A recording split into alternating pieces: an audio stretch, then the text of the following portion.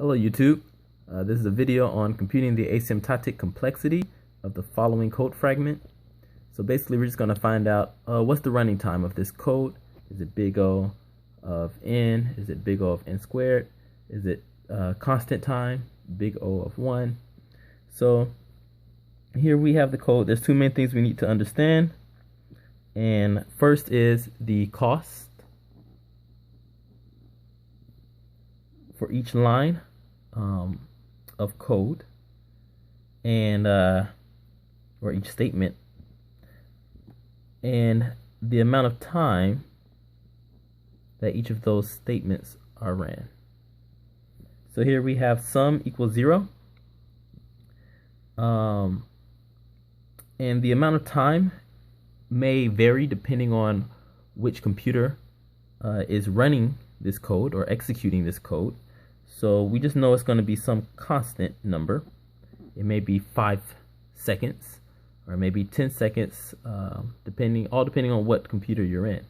So we're going to call it C, and we're going to give it subscript 1. And this statement here is executed just one time. So the amount of times that it's executed is 1. All right, next we have a for loop. And the for loop runs from I equals 1 to I less than or equal to n, and it increases by 1 each time with the I plus plus. So this means that the for loop itself, everything inside the for loop is executed n times. But this statement here actually is checked n plus 1 times. And the reason why is because n, let's say n equals 3. So we're going to say n equals 3. Then let's see how many times this for loop here is checking to see if I is less than or equal to n. So the first time I is 1, it says is 1 less than or equal to n? Yes, we go through the loop. So I increases by 1. So now I equals 2. Is 2 less than or equal to n? Yes. And remember that our n is equal to 3.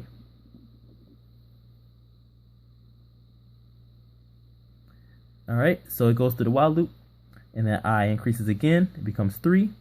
Is 3 less than or equal to 3? Yes, it is. 3 is equal to 3. So it says, cool. We'll go through the while loop again, and then one more time. We say I increases by 1, so it becomes 4. Is 4 less than or equal to 3? No. So don't go through the while loop and stop. So this is executed n plus 1 times, or 4 times. You see we have 1, 2, 3, 4 times that that statement's executed. So what this means is the number of times that that statement is executed is n plus 1. And the cost, we don't know, because like I said before, it can vary, is some other constant, subscript 2. Now, we didn't make these two the same constants because they could be different numbers. Next, we have this statement here, sum equals sum plus I. And it's going to take some constant amount of time that we're going to call C3. And it's within the for loop, and the for loop itself runs only n times. So this will run n times. Next is another for loop, and it runs from j equals 1 to j less than or equal to n, j plus plus. So just like our other for loop, that loop itself runs n plus 1 time. But also notice that this for loop is within this other for loop here, the outer for loop. So that outer for loop is going to run n amount of times, so we have to multiply that times n. And then we're going to get n squared plus n. And to execute this here may cost some amount of time. We'll call it C4. All right. And now in here we have sum again. And sum is going to equal sum plus j. And it's going to take some constant amount of time. We'll call it C5. and it runs within this loop here. So that runs n times. And remember that this loop itself is inside the outer loop here. So it's going to be multiplied by n, and we get n squared. All right, and that's the cost and the total amount of time for each cost. So what we need to do now is we need to figure out the total cost.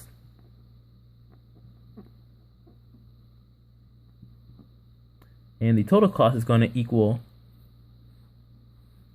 the sum of all the costs times time. Okay, so what does that mean is first we have C1 times 1. So we get C1 plus C2 times n plus 1. So we get C2 times n plus C2 times 1, which is just C2, plus C3 times n. So plus C3 times n plus C4 times n squared plus n. C4 times n squared plus C4 times n. So that gives us C4 n squared plus C4n. And we have one more statement, plus C5 times n squared. Okay, so now I'm just going to rearrange this to make it look a little bit better. So we have C1 plus C2 plus, I think that's all of my constants that are not multiplied. So next we're going to get C2 times n plus C3 times n plus C4 times n plus C4 times n squared plus C5 times n squared. All right. So now I'm actually going to write this out a little bit more here. Extend this. So now we have this group here. We can factor out the n's for this. Well, we have one group here, and then here we can factor out the n, and here we can factor out n squared. So now we get C1 plus C2 plus n times C2 plus C3 plus C4 plus n squared times C4 plus C5. Okay, so I'm going to do a little bit of erasing here because I'm running out of room.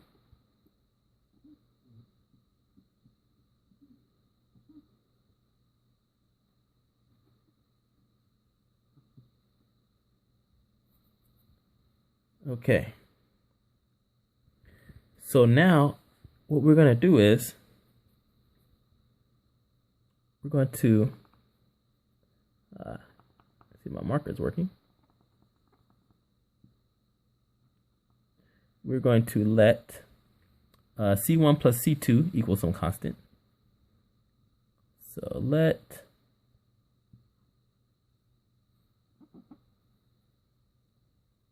let C1 plus C2 equal, we'll call it just D. How about that?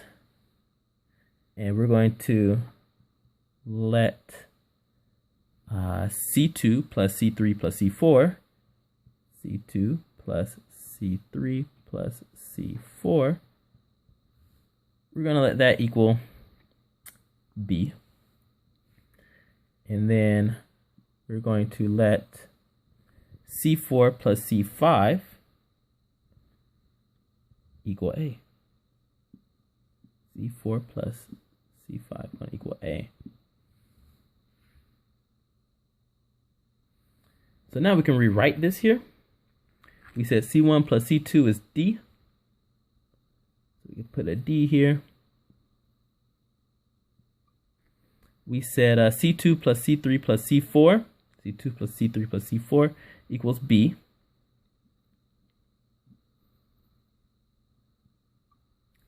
So now N is multiplied by B. And we said C4 plus C5 equals A.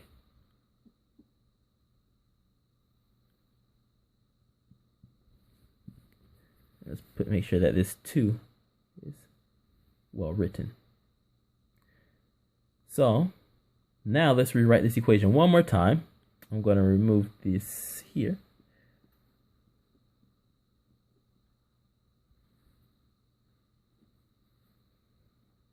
And right now we have D plus N times B plus N squared times A.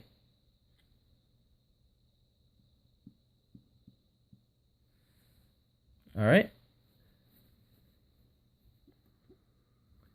And just to make it look a little bit better, we'll rearrange it one more time with A times N squared plus B times N plus D.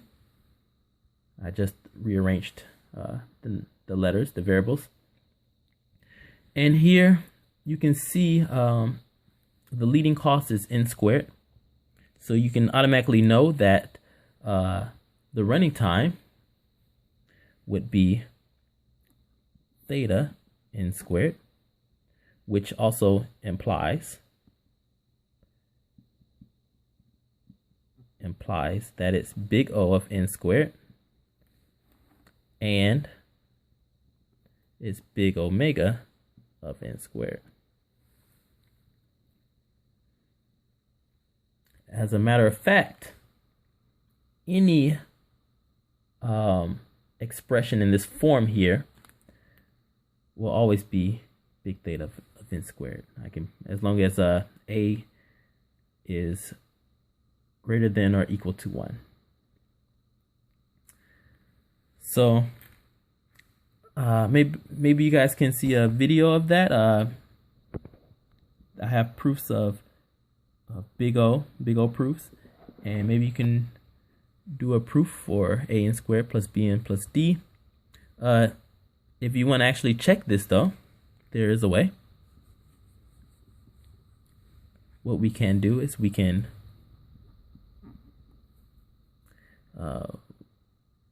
let A equal 1, and we can let B equal 1, and we can even let D equal 1. We can let them equal any number that's greater than or equal to 1.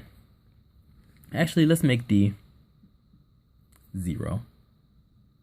And let's make B, I don't know, 5. So now we would get, I'll use this color. We would get 1 times N squared, it's just N squared, plus 5 times N plus 0. So we just get that there. And remember, there's a 1 here, but the 1 can be gone. Okay.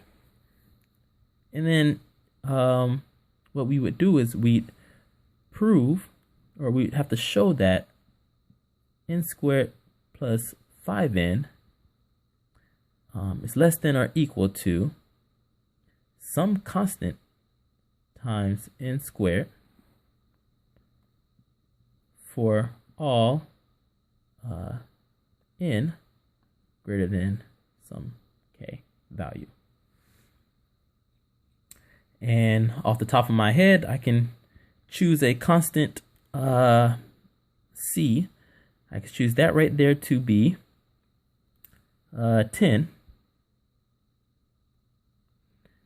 And this will always be true. And I can choose some K value to equal 1. So this is always true.